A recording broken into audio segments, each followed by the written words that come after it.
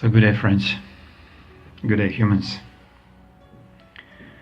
Today's little chat goes like this.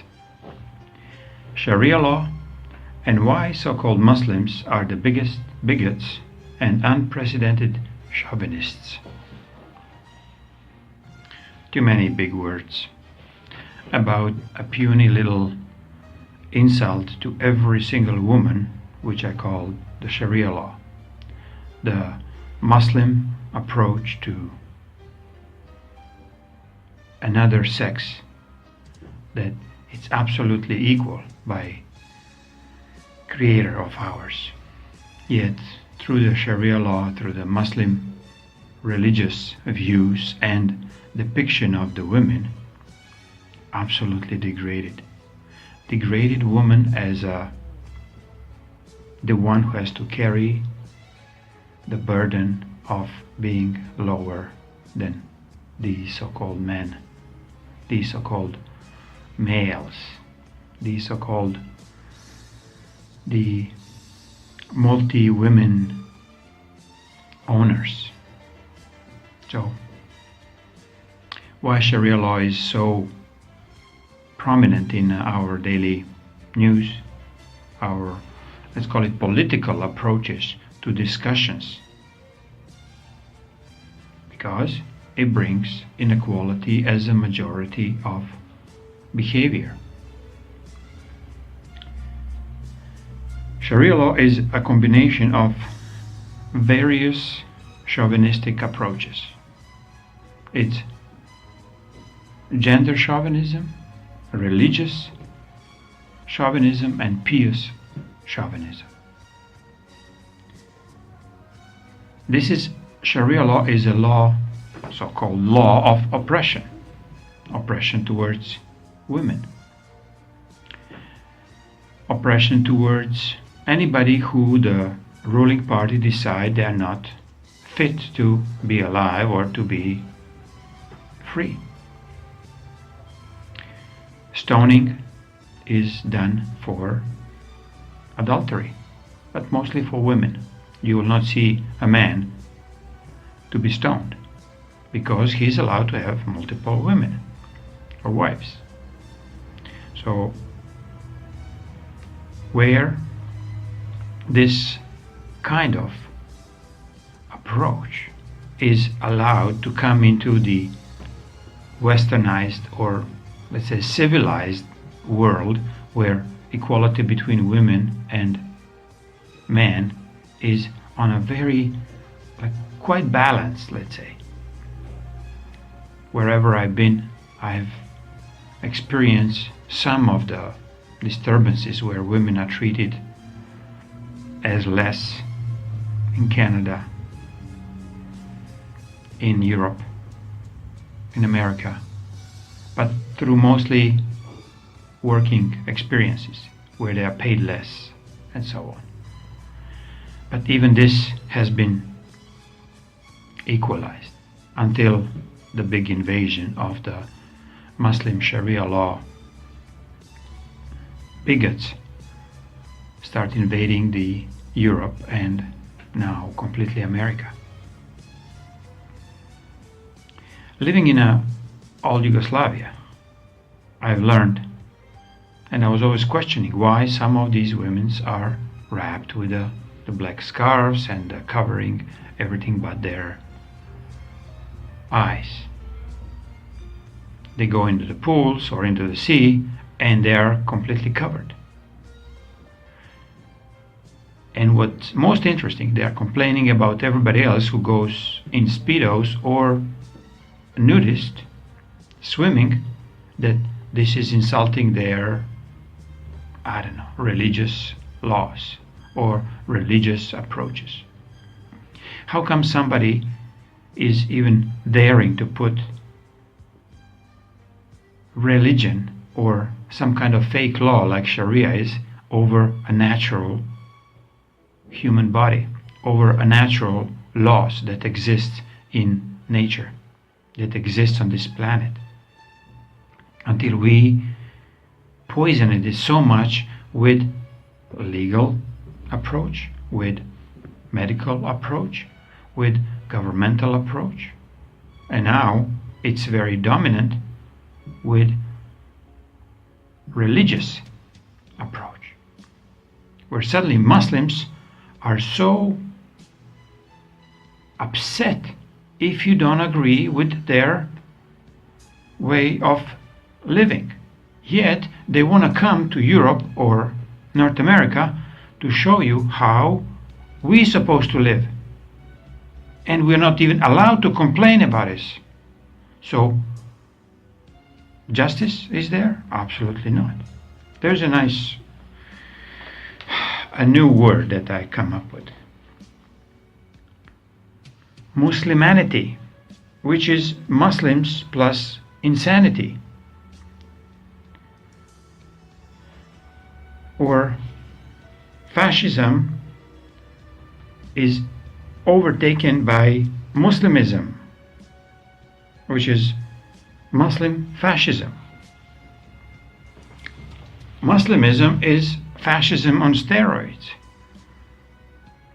where we include a bigamy as absolutely a common law, like we also reasonable common human beings that we deserve as males 5 women. Yet how many women in Saudi Arabia you saw they have 5 little princes or males to support their needs?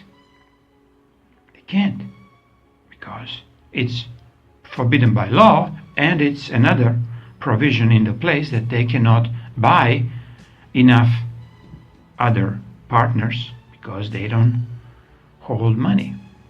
They cannot be in the possession of the money.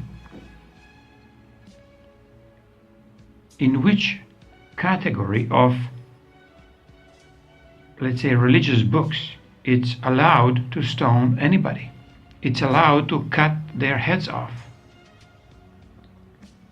Some of these laws exist in a present legal form, yet this is just bleeding through the old, very dirty laws are still kind of existing, and they're clinging for, let's say, their own existence.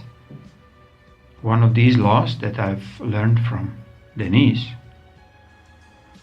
is where she showed me that it's really by law it's okay to kill a newborn baby if it's disabled or if it's not fully healthy.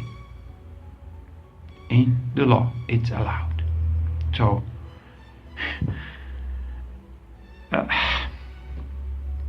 we are not so clean as we want to be, or we pretend we are in the West, where in a medical profession in 1964 this Hippocrates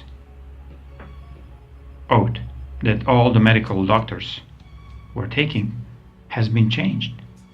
So they're allowed, the doctors who are taking the oath, they're allowed to kill a person, a human. Before that, the original Greek translation, Hippocrates' oath, was based on a healing through food and to feed the body with an idea to start self-healing and not to give any medications. Yet in 1964, probably FDA approved, and by many other factors, that we actually have to exterminate as many, or they have to exterminate as many humans as possible. So they start changing laws. So same happening with Sharia law. Invasion is very much going on. America, US, has now 8 states who are basically allowing fully Operation Sharia law to manage or to judge all the people who present themselves as Muslims. So they don't respect official law of United States, yet the first thing comes a religious law, or this degradation law called the fascist law on steroids called Sharia law to rule their lives. So having one wife, having 5 wives in America, possible now in some of these 8 states. So to me, this is like a very undercover invasion going through the laws. So we as humans has to uncover this. We have to be brave enough to talk about this publicly. We have to be brave enough to start changing these laws to be absolutely equal, to disclosing all the dark, sinister actions of these creatures who have no mercy to another creature, especially if it's a woman, especially if it's a child. Child has no rights. It can be baptized, it can be killed, it can be sold, it can be put in orphanages, and as soon as it comes to in the hands of the Vatican or the religious freaks, it is done. This baby is not a human anymore. It's a commodity of human energy. So how and what kind of tools we have to use for us to change all it? One of these tools is videos like these, like Pat Donovan, like many other speakers who are brave enough to say what they really feel, that equality is not that we have to fight for it. It's here, given to us by Prime Creator, given to us by natural laws. And we have to have enough strength to not only obey it, but to bring it into the surface. So why Muslim law and religion, like Sharia law and Muslim religion, is based on intolerance?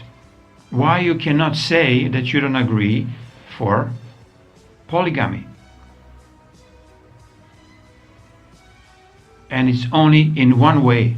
It's bidirectional. It's not bidirectional, it's unidirectional, meaning only males can have 5 women, but females cannot have 5 men as wives, as husbands, or as slaves. So, to me, these Muslim religious freaks, these Muslim religious terrorists who are bringing Sharia law into the Western or civilized world are nothing else by the bigots of the modern times. In Roman times, 285 AD, Diocletian, one of the Roman emperors, made a law, very strict law, that mandated a monogamy as the only form of legal marital relation. So it shows you that these laws exist, yet now they have to be, or they try to be overwritten by the Sharia law invasion.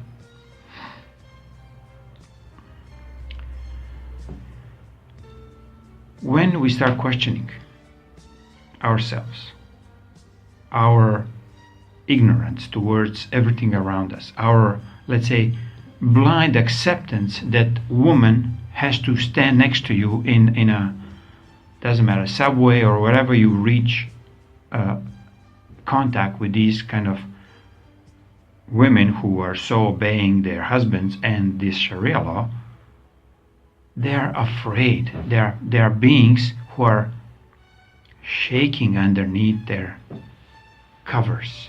They're not really alive.